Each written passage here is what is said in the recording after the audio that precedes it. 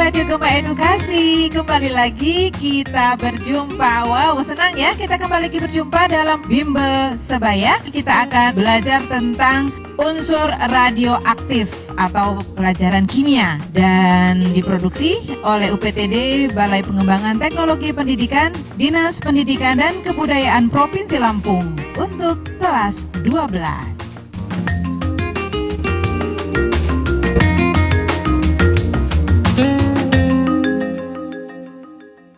Insan Edukasi, bagaimana kabar kalian di hari ini?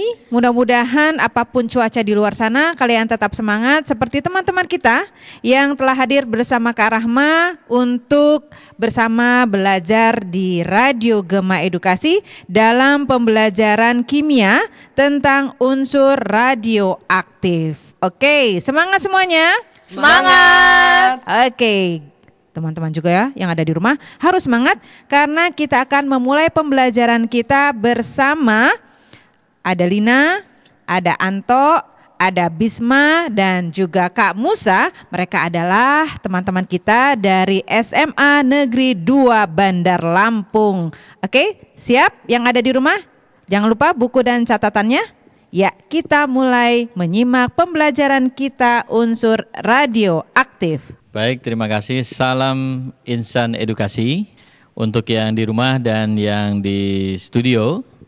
Gimana kondisinya? Semangat ya? Semangat.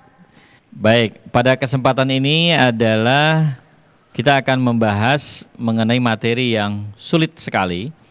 Itu adalah unsur radioaktif ya. Di sini bukan berarti radionya aktif, bukan ya. Gitu. Jadi unsur radioaktif ini adalah unsur-unsur yang berbahaya memang, yang punya kadar radiasi yang cukup tinggi. Makanya kita ada beberapa unsur dalam sistem periodik yang biasanya tidak dikenal orang. Makanya kita pisahkan biasanya gitu secara spesifik ya. Karena dia punya radiasi yang luar biasa. Makanya kenapa namanya unsur radioaktif? Karena unsur tersebut bisa memberikan radiasi. Ya, gitu. Salah satunya adalah yang menemukan unsur uranium. Itu adalah Marie Curie dan Pierre Curie. Gitu. Marie Curie ini adalah orang yang pertama menemukan unsur radioaktif ya, yaitu unsur uranium tadi. Cuma karena sering ya melakukan perlakuan terhadap unsur uranium, maka penemunya sendiri itu terkena radiasi sehingga umurnya tidak lama ya kan gitu. Jadi ini berbahaya. Makanya untuk globalisasi yang sekarang, untuk kita semua nih, bahwa kita harus mengenal apa sih unsur radioaktif itu ya. Jangan hanya sekedar tahu saja tapi lebih mengenal. Unsur-unsur radioaktif itu sebenarnya di dalam sistem periodik ada unsur yang punya inti tidak stabil. Mungkin Anda mengenal ada atom PO ya, polonium, At astatin ya, Fr francium, ada Ra radium dan U-nya itu adalah uranium itu tadi. Unsur-unsur tersebut cenderung memancarkan sinar radioaktif seperti sinar alfa, beta dan gamma yang tujuannya untuk mencapai kestabilan inti ya. Nah, unsur-unsur itulah yang kita sebut namanya unsur radioaktif. Gitu. Oh, itu jadi unsur tidak stabil menjadi stabil ya, Betul. Pak? Jadi untuk mencapai kestabilannya, biar radiasinya itu hilang, maka unsur yang tidak stabil itu harus kita buat stabil. Ya, nanti kita lihat bagaimana caranya menstabilkan suatu unsur radioaktif. Oke, Kak. Ya? Nah, ini perlu diketahui juga loh bahwa Insan Edukasi ada notasi lambang alfa beta gamma itu ya, notasinya. Ini kita perlu tahu bahwa alfa itu notasi lambangnya bagaimana? 42. Ya, 42 alfa. Jadi yang disebutkan pertama adalah 42. Artinya yang disebutkan pertama di atas dulu ya, baru di bawah. 42 alfa. Kalau beta? 0-1 beta. Nah, kalau beta 0-1 beta. Dan kalau gamma? 0-0. Nah, 0-0 ya. Makanya di dalam lingkungan atau dalam kehidupan sehari-hari sebenarnya kita mengenalnya sinar X ya. Nah, sinar X padahal di dalam ilmu kimia unsur radioaktif itu tidak ada namanya sinar X. Yang ada adalah sinar gamma. Ya, adalah sinar gamma. Di mana sinar gamma ini untuk terapi penyakit kanker, ya kan? Menggunakan namanya adalah kemoterapi istilahnya ya. Kemoterapi itu menggunakan sinar gamma, bukan sinar X ya. Cuma istilah bidang kedokteran untuk mudah kita menggunakan sinar X. Tapi di dalam ilmu kimia itu dikenal dengan istilah sinar gamma. Ya, notasinya 00. Nah, sekarang kita akan melihat bagaimana sih cara menstabilkan suatu inti unsur radioaktif tersebut. Unsur radioaktif ini mempunyai inti tidak stabil yang disebabkan oleh perbandingan antara proton dan neutron dalam inti tidak seimbang. Inti yang tidak stabil itu tadi ada 3 kelompok. Jadi neutron per protonnya lebih besar dari 1, artinya N per P-nya lebih besar dari 1. Ada juga N per P-nya lebih kecil dari 1. Dan inti beratnya itu adalah di mana proton lebih besar dari 83. Maka untuk mencapai kestabilan unsur tersebut memancarkan sinar radioaktif. Nah, ketiga kelompok unsur radioaktif tersebut dapat dibuat sesuai dengan kurva pita kestabilan inti. Mungkin yang di studio bisa lihat ya bagaimana pita kestabilan inti. Kalau yang di rumah untuk insan edukasi ya bisa dilihat mungkin di searching ya di Google dulu bagaimana kurva pita kestabilan inti. Nah, untuk yang di studio khususnya ini ada pita kestabilan inti, ada kurvanya dalam bentuk linear ya. Yang linear pada garis di atas itu N per P-nya lebih besar dari 1. Jadi yang garis linear itu disebutnya pitanya. Kalau yang di atas pita itu N per P-nya lebih besar dari 1. Kalau yang di bawah pita N per P-nya lebih kecil dari 1. Kalau N per P-nya sama dengan 1 berarti dia tepat di dalam pita tersebut. Pada pita kestabilan itu dibagi 3 daerah. Nah, itu yang saya sebutkan tadi. Ada yang di atas lebih besar ya kan? Iya. Di bawah lebih kecil atau tepat di pitanya atau daerah lebih besar dari 83 ya protonnya itu. Contoh nih, saya punya nuklida 2512 Mg. Coba buat insan edukasi yang di rumah dicatat dulu, sama yang di studio dicatat dulu. 2512 Mg berarti 25-nya yang di atas ya. 12-nya di bawah, Mg itu adalah nama unsurnya. Coba, ada yang tahu 2512 Mg itu bagaimana? Protonnya, neutronnya, lalu posisinya lebih besar atau lebih kecil dari angka 1? Ada yang tahu? Aku tahu Kak. Gimana? 2512 Mg. Berarti itu protonnya ada 12. Neutronnya itu 13. Dari 25 dikurang 12. Nah, jadi kan tadi rumusnya N per P. Makanya 13 per 12. Betul. Nah, 13 per 12 ini ternyata kalau kita lihat lagi dia hasilnya lebih dari 1. Betul. Berarti dia sifatnya radioaktif. Betul ya. Jadi protonnya 12, neutronnya 13, maka N per P-nya lebih besar dari 1, maka dia sifatnya radioaktif. Nah, saya punya satu lagi nih. Ada kalsium. Kalsium ini 3920. Jadi nomor atasnya 39, bawahnya adalah 20 kalsium. Ini tolong dicatat insan edukasi. Nah, khusus untuk yang di studio. Bisa dijelaskan juga nih seperti tadi untuk kalsium? Bisa Kak. Jadi untuk kalsium memiliki nomor atom 20 dan nomor massa 39. Itu dia memiliki proton 20 karena nomor atom sama dengan jumlah proton. Kemudian yang diperlukan adalah neutron. Neutron dapat dicari melalui nomor massa. Neutron dapat diperoleh melalui nomor massa dikurangi nomor atom. 39 dikurangi 20, neutronnya terdapat 19. Sahabat, rumus mengetahui dia itu radioaktif atau tidak, itu kan N per P. N per P-nya dia lebih dari 1, apa dia kurang dari 1, apa dia protonnya itu lebih dari 83. Untuk Ca yang memiliki nomor atom 20, kita lihat nomor atomnya yaitu protonnya 20 dan neutronnya 19. Jadi neutron per proton 19/20 itu hasilnya di bawah 1 dikarenakan 0, kan. Sudah kita dapatkan informasi bahwa Ca memiliki nomor atom 20 itu radioaktif. Maksudnya dia radioaktifnya tapi di bawah pita. Ya, terima kasih sahabat edukasi. Jadi 3920 kalsium itu betul bahwa protonnya 20, neutronnya adalah 19. Maka bandingkan pakai rumus N per P, ternyata 19/20 itu akan lebih kecil dari 1 ya.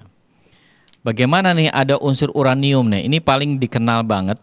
Unsur uranium ini katanya bersifat radioaktif, betul tidak? Karena nomor atomnya 23592 unsur uranium. Ada yang bisa jelasin? Aku, Kak. Mm-hmm. Jadi uranium itu kan 23592 uranium. Nah, berarti protonnya ada 92. Nah, dikarenakan protonnya ada 92, berarti jumlahnya lebih dari 83. Maka bisa disimpulkan uranium itu radioaktif. Iya, mantap ya sahabat ya. Jadi memang betul, khusus untuk protonnya yang lebih besar 83 itu sudah dipastikan bahwa dia sifatnya adalah radioaktif gitu. Nah, sekarang kita akan coba ya bagaimana cara menjelaskan dari pita kestabilan inti tadi ya. Cara mencapai kestabilan itu bagaimana? Yang pertama adalah begini.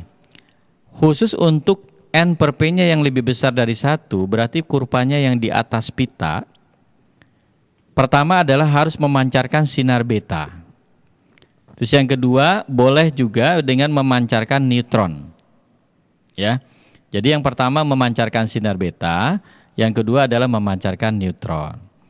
Lalu ada unsur yang di bawah pita kestabilan, berarti adalah yang lebih kecil dari 1. Bagaimana cara menstabilkannya? Yang pertama bisa dengan cara memancarkan positron. Ya. Lalu bisa juga dengan cara memancarkan proton dan memancarkan sinar X. Dan yang ketiga ada unsur yang di seberang pita kestabilan. Ini yang bilang tadi yang protonnya lebih besar dari 83. Ya, untuk mencapai kestabilannya berarti dia harus memancarkan sinar alfa. Ya, jadi memancarkan sinar alfa. Jadi ada 3, ada yang di atas kurva, di bawah kurva, dan di tepat ya, atau di seberang pada pita kestabilan. Oke, Kak. Kak mau nanya nih, Kak. Ya, silakan, gimana sahabat? Tadi kan kakak bilang kalau untuk menstabilkan unsur yang dikurang dari 1 itu dengan memancarkan positron. Positron itu notasinya gimana ya, Kak ya? Ya, mungkin sahabat yang lain ada yang bisa jawab? Positron notasinya? Kalau tadi kan alfa itu 42 ya. Kalau beta 0-1. Kalau gamma 00. Ada yang tahu positron tidak? Ayo, positron itu lambangnya E. Oh, yang lambangnya P itu. Betul. Jadi notasinya itu 0 dan 1. Ya, 0+1 atau 01E. Ya, itu adalah positron. Ada yang mau ditanyakan lagi? Kalau proton, Kak, gimana? Proton 11P ya? Iya, Kak. Atau 11H boleh. Ya, proton itu 11P atau 11H. Oke, Kak. Yang neutron, ada yang tahu nggak neutron? Neutron apa neutron? Saya tahu kalau neutron. Gimana? Itu dia atasnya 1, bawahnya 0. Jadi 10N. Iya. Notasi neutron adalah 10N. Nah, seandainya saya punya magnesium nih. Tadi kan udah ada ya contoh magnesium ya. Iya, Iya, Kak. Kak. Magnesium ada 2512 Mg. Itu kalau di dalam pita kestabilan, posisinya ada di atas apa di bawah tuh? Di atas, Kak. Di atas. Kenapa di atas? Karena neutron per protonnya lebih dari 1. Nah sekarang kalau begitu dia ada di atas kurva kan? Iya, Nah, Iya, Kak. yang di atas kurva itu berarti untuk menstabilkannya dengan cara apa? Dia memancarkan sinar beta. Ya. memancarkan neutron? Betul, bisa juga. Jadi memancarkan sinar beta dan sinar neutron. Oke, sementara itu dulu, kita jeda dulu ya. Baik pendengar Radio Gema Edukasi, bagaimana? Sudah semakin jelas atau bingung? Nah, jangan bingung-bingung, ikuti lagi selanjutnya pembelajaran kita karena masih ada sesi selanjutnya. Jadi tetaplah bersama kami di Radio Gema Edukasi, berbagi ilmu untuk semua.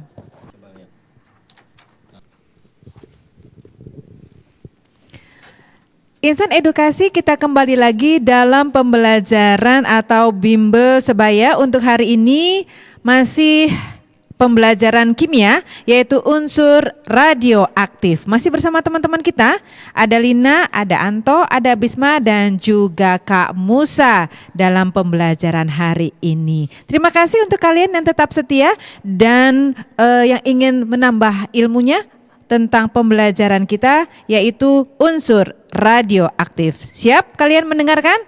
Kita simak bersama.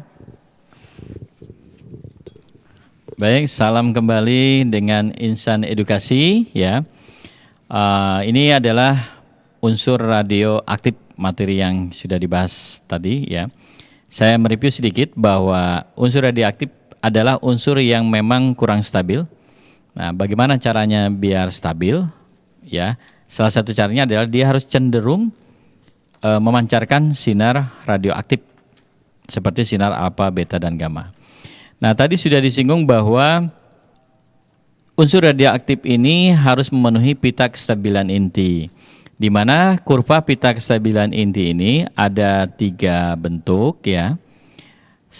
Kalau pitanya berada unsur tersebut ya berada di atas pita kestabilan, di mana N per P-nya lebih besar dari 1, maka dia harus memancarkan sinar beta biar stabil atau memancarkan neutron. Nah, lalu bagaimana unsur yang di bawah pita kestabilan? Berarti dia harus lebih kecil dari 1 ya. Bagaimana biar stabil? Kalau dia posisinya di bawah pita kestabilan. Dia memancarkan sinar positron. Betul, boleh memancarkan sinar positron. Memancarkan proton. Oke, boleh memancarkan proton. Atau juga memancarkan sinar X. Ya, atau memancarkan sinar X. Itu yang ada di bawah pita kestabilan. Ada juga yang di seberang pita kestabilan atau tepat pada protonnya lebih besar dari 83. Berarti dia biar stabil harus dengan cara apa? Memancarkan sinar alfa. Ya, dengan cara memancarkan sinar alfa. Jadi ada 3 bentuk kestabilan, posisinya ada yang di atas, di bawah, dan tepat pada pita kestabilan. Nah, selanjutnya di dalam reaksi unsur radioaktif itu ada reaksinya juga. Reaksi inti yang disebut dengan nuclear reaction. Ini yang terjadi pada penemu bom atom. Siapa? Ada yang tahu penemu bom atom? Yang punya rumus E sama dengan MC kuadrat. Albert Einstein. Iya, namanya Albert Einstein. Makanya lambangnya E ya, energi ya. E sama dengan MC kuadrat. Einstein. Nah, menurut reaksi inti ini, ternyata reaksi ini akan dibagi menjadi beberapa dalam radioaktif. Ada reaksi penembakan, ada reaksi fisi, dan ada reaksi fusi.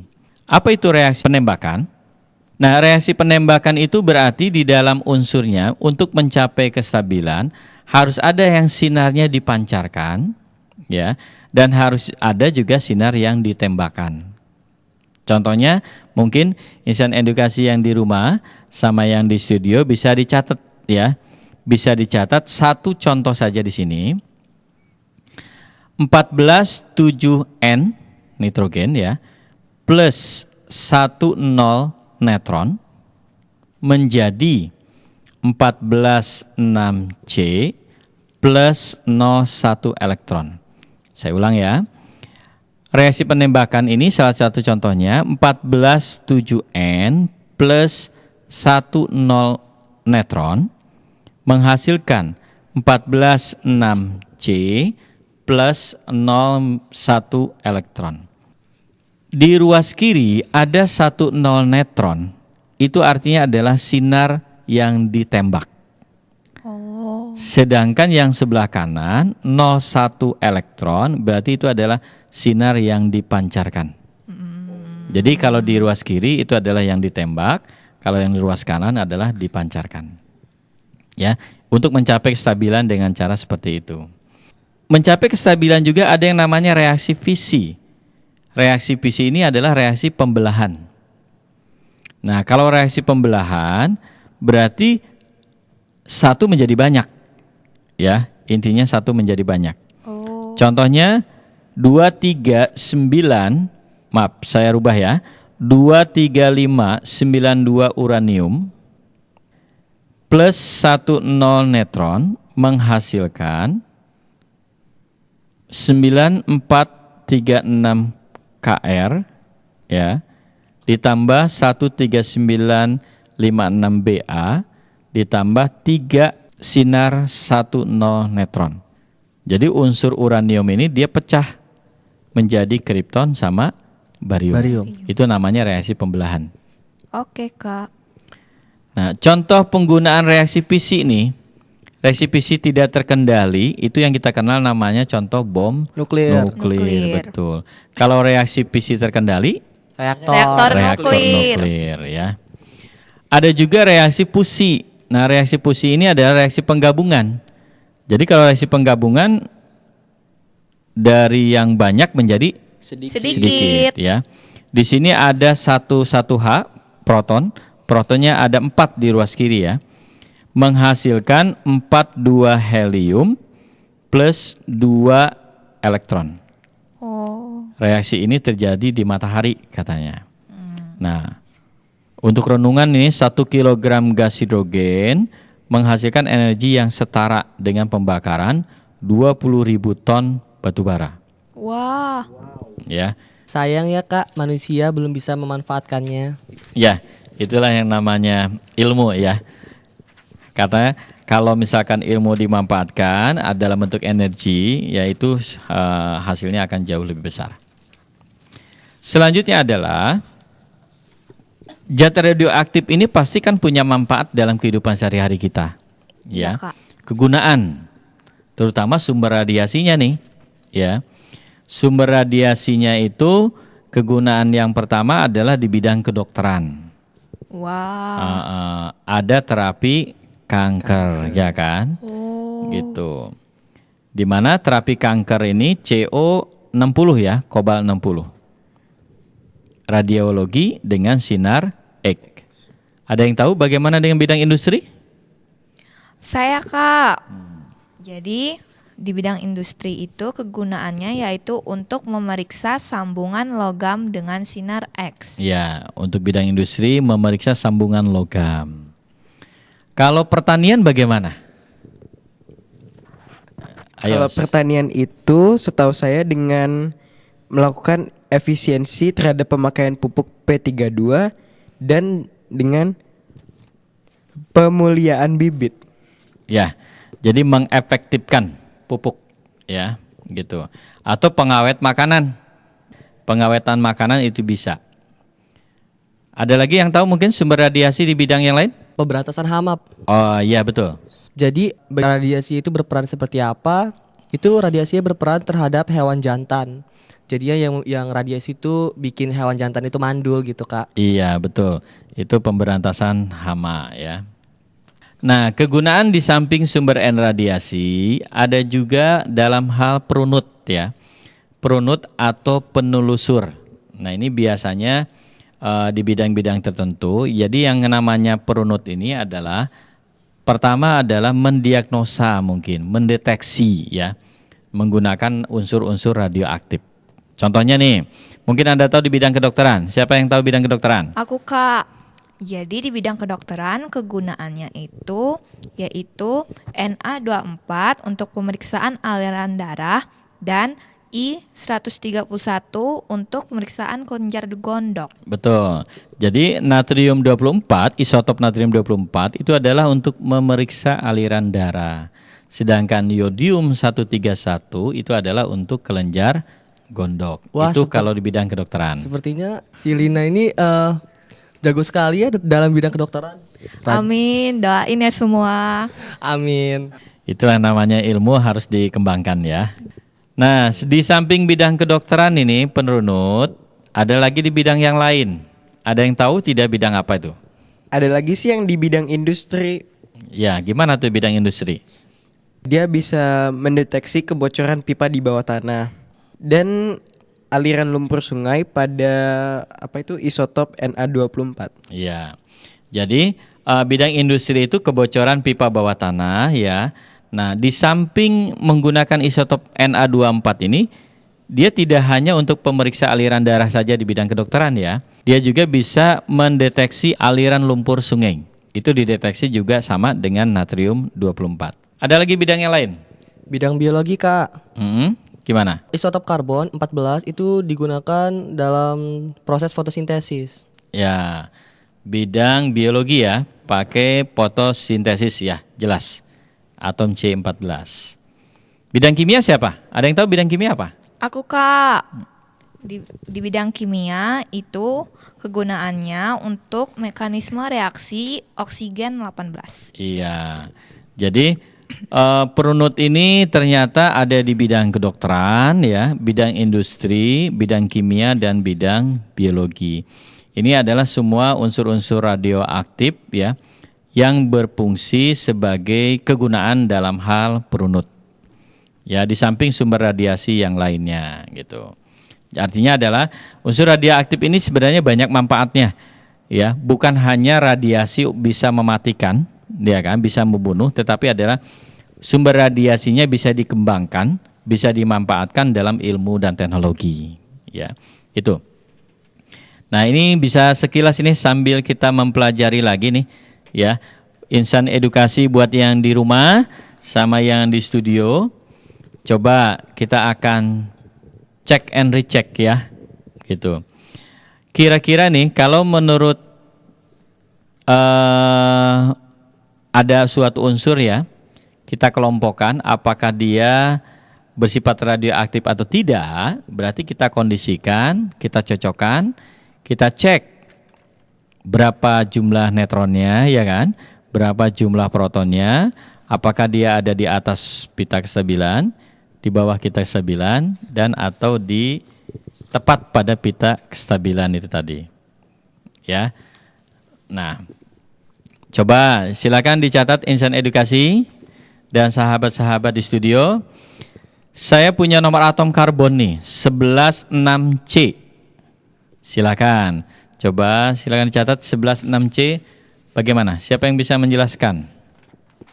116C. Ayo sahabat. Aku. Ya, semangat ya. Iya. Gimana caranya? Jadi dari 11,6C kita bisa menyimpulkan bahwa dia punya proton sejumlah 6, lalu ada 5 neutron. Sehingga neutron per protonnya kurang dari 1. Maka dia adalah unsur radioaktif dan berada di bawah pita kestabilan. Betul, di bawah pita kestabilan. Ada yang tahu tidak, kalau dia di bawah pita kestabilan, untuk mencapai stabilnya harus bagaimana? Ayo sahabat, semangat nih, mereview kembali. Yaitu dengan memancarkan positron. Ya, hanya memancarkan positron aja? Dan memancarkan proton. Iya, baik. Selanjutnya, saya punya unsur kalium 4019K. Kalium ya, 4019K. Ayo dicek apakah ini bersifat radioaktif atau bukan. Oke, 4019K. Yang pertama itu berarti kita harus mencari nilai neutronnya dengan cara 40 dikurang dengan 19. Nah, hasilnya 21. Nah, sedangkan protonnya sudah diketahui bahwa protonnya itu 19. Jadi 21 per 19. Dan kalau dihitung dengan matematika itu dia hasilnya akan lebih dari 1. Sehingga dia juga radioaktif. Terletaknya di atas. Berarti dia berada di atas kurva ya, pita kestabilan, maka dikatakan radioaktif. Nah, kalau di atas kurva biar stabil harus seperti apa nih? Untuk mencapai kestabilannya. Kalau di atas itu dia bisa harus memancarkan sinar beta ataupun memancarkan neutron. Ya, memancarkan sinar beta atau memancarkan neutron ya. Baik, ya itu insan edukasi dan sahabat-sahabat yang ada di studio ya mengenai materi radioaktif. Baik pendengar Radio Gema Edukasi, bagaimana? Sudah lebih mengenal tentang unsur radioaktif kan? Nah, jangan lupa tadi catatannya diulang kembali, dibaca kembali. Siapa tahu ada yang terlewat, nanti kita akan memasuki sesi penguatan. Jadi tetaplah di sini di Bimbingan Belajar Sebaya di Radio Gema Edukasi, berbagi ilmu untuk semua.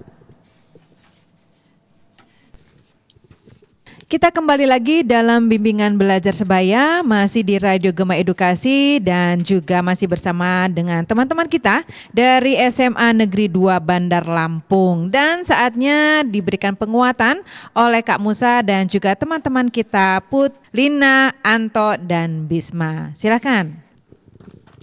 Terima kasih, salam edukasi sama sahabat. Jadi unsur radioaktif ini adalah dalam sistem periodik merupakan unsur yang tidak stabil. Maka unsur-unsur yang tidak stabil ini cenderung akan memancarkan sinar radioaktif. Jadi dengan memancarkan sinar radioaktif itu tadi, tujuannya adalah untuk mencapai kestabilan dalam inti. Nah, kestabilan inti ini dibuktikan dengan pita kestabilan. Di mana pita kestabilan itu ada yang di atas kurva, ada yang di bawah pita, ada yang di atas pita, dan ada yang tepat atau seberang pita. Gitu. Jadi kalau yang di atas pita, bagaimana identikannya? Mengidentifikasi apakah dia di atas pita? Jadi neutron per protonnya lebih dari 1, Kak. Betul. Jadi neutron dan protonnya lebih besar dari 1. Kalau yang di bawah kurva, di bawah Kalau pita, yang di bawah pita itu neutron per protonnya kurang dari 1. ya. Nah, selanjutnya bagaimana sih cara mencapai kestabilan inti yang di atas, di bawah, atau di seberang? Ya, cara mencapai kestabilan intinya dengan cara apa? Silakan, mungkin ada yang mau coba, sahabat Bismar? Mungkin dengan memancarkan sinar radioaktif, Kak. Dengan cara bagaimana? Yang di atas pita diapain aja? Kalau di atas pita kestabilan, dia memancarkan sinar beta Betul.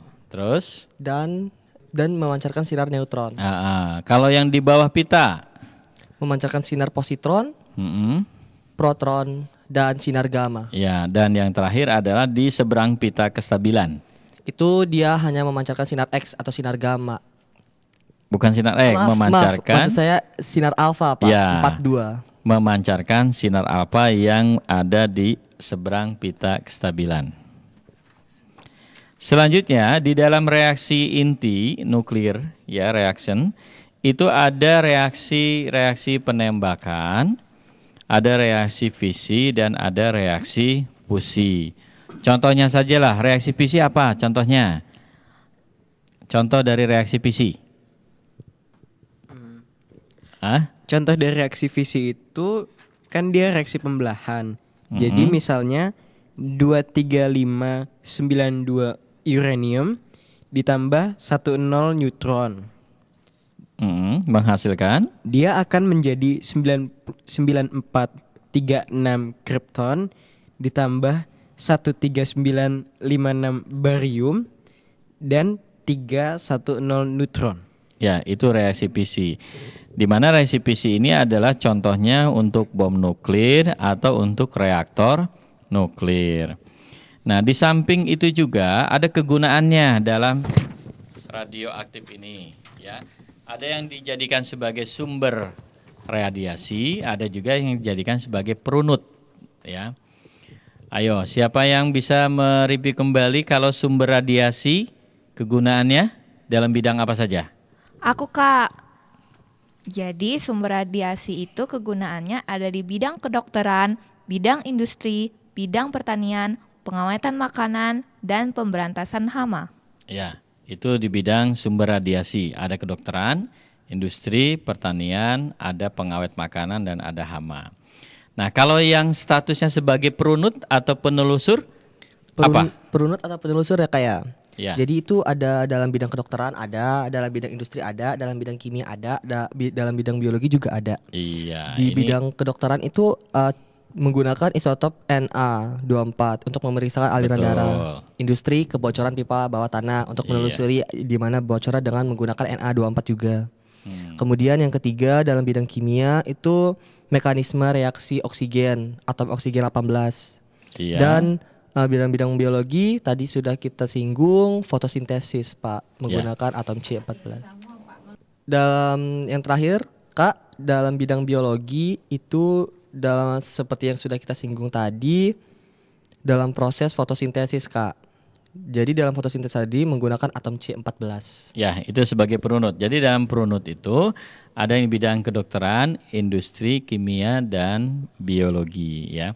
Jadi itu mengenai yang namanya materi radioaktif ya. Unsur-unsur radioaktif ini adalah untuk mencapai kestabilan. Ternyata unsur radioaktif ini di samping dia bisa memancarkan radiasi, ternyata kegunaan dari radioaktif ini bisa dijadikan sebagai ilmu dan teknologi terapan ya. Karena sumber radiasinya bisa menghasilkan manfaat. Contohnya itu tadi, manfaatnya bisa dalam bidang kedokteran, industri ya, dan bisa juga dalam hal perunut. Ya, sama bidang kedokteran ada, kimia ada dan biologi ada. Itu saja mungkin ya. Insan Edukasi dan sahabat di studio ya, hal ini sudah kita singgung mengenai unsur radioaktif dan kemanfaatannya. Oke.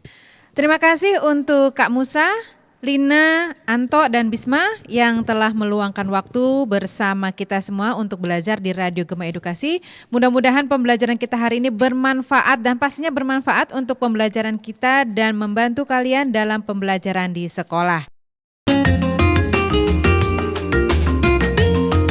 Dari Gedung UPTD, Balai Pengembangan Teknologi Pendidikan, Dinas Pendidikan dan Kebudayaan Provinsi Lampung, Radio Gema Edukasi, berbagi ilmu untuk semua, mengucapkan terima kasih atas kebersamaannya dan sampai jumpa.